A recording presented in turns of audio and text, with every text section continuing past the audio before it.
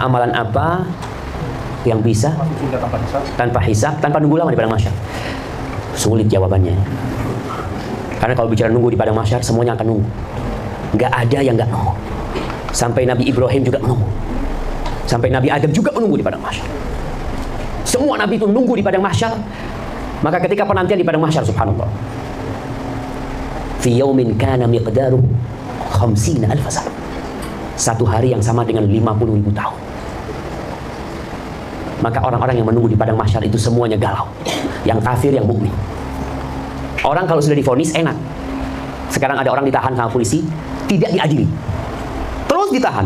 Maka dia akan bingung, ana nih gimana? Ana dibebaskan, ana dihukum berapa tahun, atau apa vonis yang akan diberikan kepada orang? Akan bingung, dan itu Allah berikan di padang mahsyar nanti.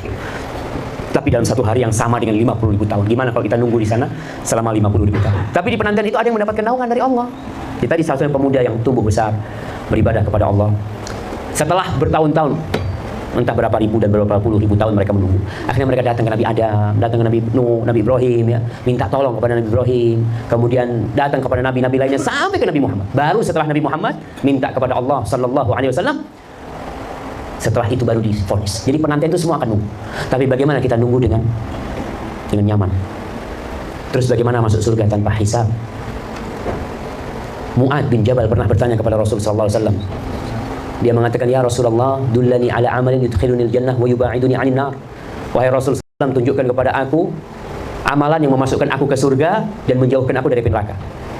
Apa kata Rasulullah SAW? Laqad sa'alta an 'azim wa innahu la yasirun 'ala man yassarahu Allahu 'alaihi. Engkau telah bertanya satu pertanyaan yang besar sekali.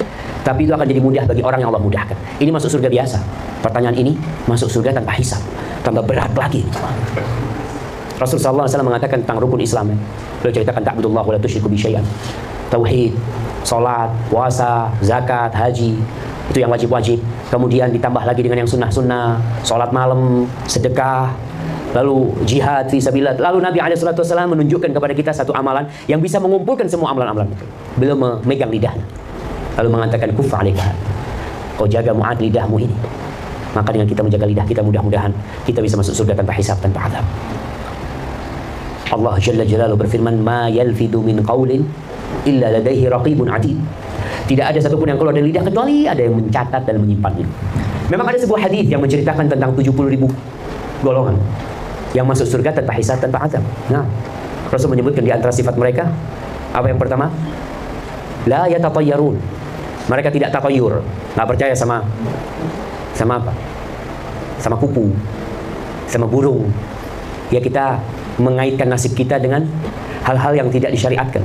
Kadang-kala kesandung di depan pintu rumah, wes jangan keluar. Ini pertanda buruk. Kadang-kala ngelihat suara tekek, Allah, no maling ini. Ada burung gagak malam hari, ono sing mati. Nggak percaya seperti itu. Kemudian wala yastarqun, dan mereka tidak minta diruqyah. Wala yaktawun, mereka tidak berobat dengan kai. Tuh jidi-jidi kita dulu ada berobat dengan kai, dengan besi panas yang ditaruh di kaki kita biasanya. Wa 'ala rabbihim yatawakkalun, dan mereka adalah orang yang tawakal kepada Allah Jalla Jalaluhu. Jadi inti dari tiga sebab ini, para ulama menjelaskan bahwasanya seorang mukmin yang tawakal kepada Allah, wa man yatawakkal 'ala Allah fa huwa hasbuh, Allah cukupi dia. Maka kita bagaimana sekarang membangun ketawakalan kita kepada Allah. Kita lebih bertawakal kepada fulus kita daripada kepada Allah. Kita lebih yakin dengan yang di dompet kita, tenang, penuh fulus. Sampai ke sana hilang fulus. Maka seorang mukmin ketika keluar rumah, apa yang dia baca? Bismillah, tawakkaltu 'ala Allah. Aku nggak tawakal karena mobilku, karena apa, nggak. 'Ala Allah, pada Allah Jalla Jalaluhu. Maka insya Allah dengan seperti itu kita jaga, ya, amalan-amalan itu, kita jaga lidah kita, kita tawakal. Mudah-mudahan kita bisa masuk surga tanpa hisab, tanpa azab. Tapi masuk surga ini susah, nggak gampang. Azim. Kita ajak mau sukses. Kita nih kalau kepingin punya villa harganya 100 miliar. Kira-kira kita bekerja berapa tahun? Tahunan nabung.